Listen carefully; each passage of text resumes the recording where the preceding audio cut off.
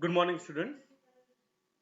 In this video lecture, we are going to start our fifth unit, that is electromagnetic waves. And since this is the a very small unit in which we have to study some properties of electromagnetic waves and the different spectrum, different electromagnetic classification of radiations, what are their wavelength ranges, their uses, and their production, and the different things, comparison of those electromagnetic radiations. So here we are with our new session. So these are the some topics which we are going to cover up in this session. So first, electromagnetic waves. So as it is clear from its name that a wave which is traveled in electromagnetic field, or we can say which carries the electromagnetic field with it, that is called electromagnetic wave. So for a region where there are no charges and conduction current, Faraday's and Ampere's law take the symmetrical form. That is, according to Faraday's law, E dot dl in a line integral is equals to minus d phi b over dt. And for Ampere's circuital law, that is B dot dl is equals to minus mu naught epsilon naught times d phi e over dt. So if we take these equations in the consideration, then it can also be shown that time varying electric field produces space varying magnetic field, and time varying magnetic field produces space varying electric field with the equations, that is Jey by Jx equals to minus Jbz by Jt, and Jbz by Jx equals to mu naught epsilon naught Jey by Jt. Basically these are the nothing but the uh, in a form of Maxwell's electromagnetic equations. Now, so electric and magnetic fields are sourced to each other. This can be verifying from these equations. So electromagnetic wave is a wave in which electric and magnetic fields are perpendicular to each other and also perpendicular to the direction of propagation of the wave. So in order to understand the electromagnetic wave, we have to understand the electromagnetic wave's properties. So here we are with our new slide, that is the properties of electromagnetic waves. So suppose there is an x-axis representing the x, y, and there is a y-axis and z-axis, a normal Cartesian system which we have.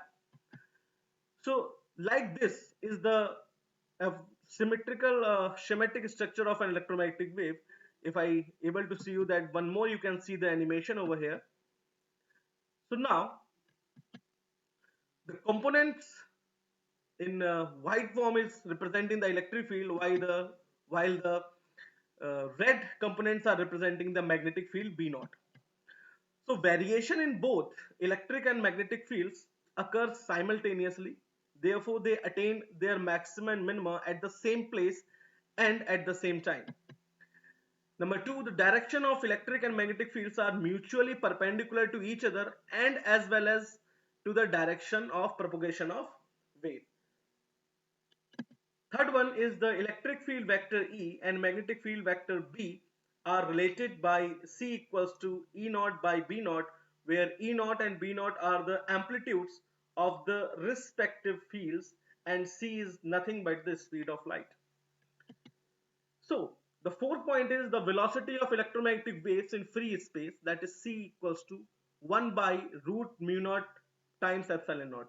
And this particular thing you can drive easily if you go through the formulation. Then here it is, if that is the magnetic field B is nothing but mu naught upon 4 pi idl sin theta by r square for a particular current carrying conductor, and where the electric field E equals to 1 upon 4 pi epsilon naught q by r square.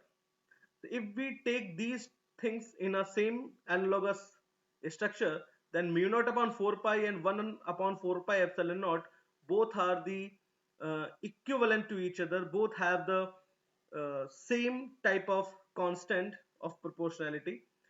Where the mu naught upon 4 pi has the value is 10 to the power minus 7 Tesla meter square per ampere meter, where 1 upon 4 pi epsilon naught is nothing but Newton meter square per coulomb square. So if we observe these two values, and which they have the value 9 into 10 power 9, if we take the values of mu naught and epsilon naught from here, then it is easily say that 1 upon root mu naught epsilon naught is equals to 3 into 10 to power 8 meter per second. So this is the thing which is explained over here in the fourth option. From this to equation, this equation can be derived easily. So the velocity of electromagnetic waves in free space is c equals to 1 upon root mu naught times epsilon naught. Fifth one is the velocity of electromagnetic waves in a material medium is equal to 1 upon mu naught epsilon naught, mu and epsilon, where mu and epsilon are absolute permeability and absolute permittivity of the material. Electromagnetic waves obey the principle of superposition. Seventh one is the electromagnetic waves carry energy as they propagate through space. This energy is divided equally between electric and magnetic fields. Electromagnetic waves can transfer energy as well as momentum to objects placed on their path. For discussion of optical effects of electromagnetic wave, more significance is given to electric field E. Therefore, electric field is called light vector. Electric field is called light vector. 10th point is the electromagnetic waves do not require material medium to travel. Basically, electromagnetic wave doesn't need any type of medium to travel. It can travel in vacuum also. So if we observe these type of properties, these properties of electromagnetic waves, then it is clearly that a sunlight is a kind of electromagnetic wave, because sunlight have also the same properties. 11th one is the an oscillating charge which has non-zero acceleration can produce electromagnetic wave. So these are the some properties of electromagnetic wave, which I hope you have to take the screenshot. So you can take the screenshot from here and from here also. Now it is the Hertz experiment, which is not related to your syllabus, because it is not present in the CBSE syllabus according to new updation policies. So here we are now moving on the next point, that is electromagnetic spectrum. So as you know that electromagnetic wave has the numerous type of different radiations present in it, and here they are the classification of them. So here I had divided the equations in 7 categories, that is 1 to 4, and here is 5 to 7. So if you observe, the first one is radio wave, and its ranges from few kilometer to 0.3 meter to 1 or 2 kilometer, and its frequency range is uh, 0.1 0.2 hertz to 10 power 9 hertz. So basically radio wave have the highest frequency, and that's why the shortest wavelength. Now the oscillating electronic circuits, radio and TV broadcasting system use the radio waves.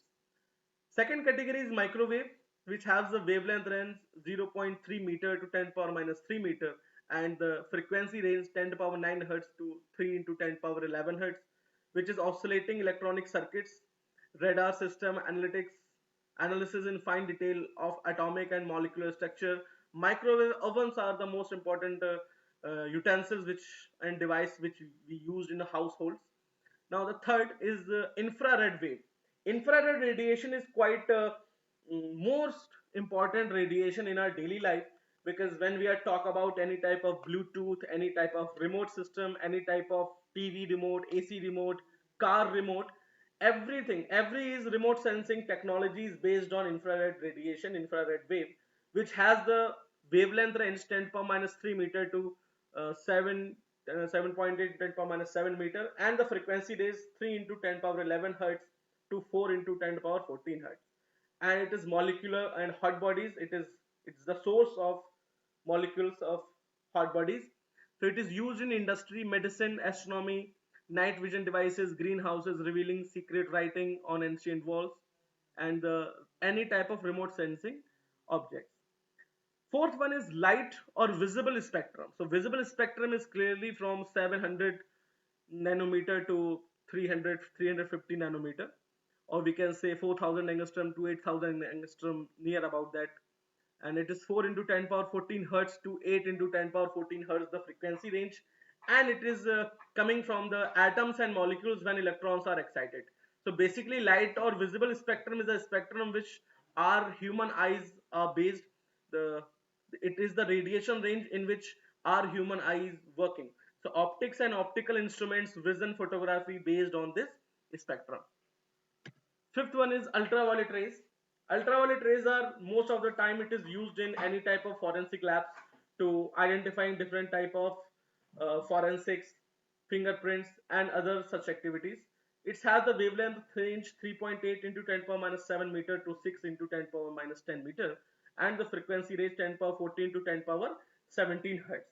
I assure you that please make sure that you have to take in the screenshots of these screens so that you can clearly understand the what is the tabulated form. Although these tables are available in your books also, so you can go through from there also. So medical application, sterilization, killing bacteria and germs in food stuff, detection of invisible written, forget or documents, fingerprints, etc. So that is I had already told you. So UV rays are also used in cleansing of water also. Okay, you have heard in your house there is a UV RO protected water purifiers are being available. So that's why ultraviolet rays is quite important for our daily use. Now we are talk about the X-ray. So X-ray has the wavelength range 1 to 2 angstrom, and that is 10 power minus 9 to 10 power minus 12 meter, and it has the frequency range 3 into 10 power 17 hertz to 5 into 10 power 19 hertz. So inner or more tightly bound electrons in atoms are the sources of X-rays, and X-ray is used in any type of detection of crystallography, or we can say in material science. If you need to detect your bones fracture, you have to take X-ray. If you want to detect the internal structure of any type of crystal or any type of unknown object, you have to take the X-rays. So basically X-rays are the numerous uses in material sciences and as well as in medical also. Now, the seventh and the most important and the last is gamma rays. Gamma rays are very penetrating, highly power, so they overlap the upper limit of the X-ray 10 power minus 10 meter to 10 power minus 14 meter, and has the frequency 3 into 10 power 18 hertz to 10 power 22 hertz. It is emitting from the radioactive substances, and it has the information about the structure of nuclei and astronomical research purposes.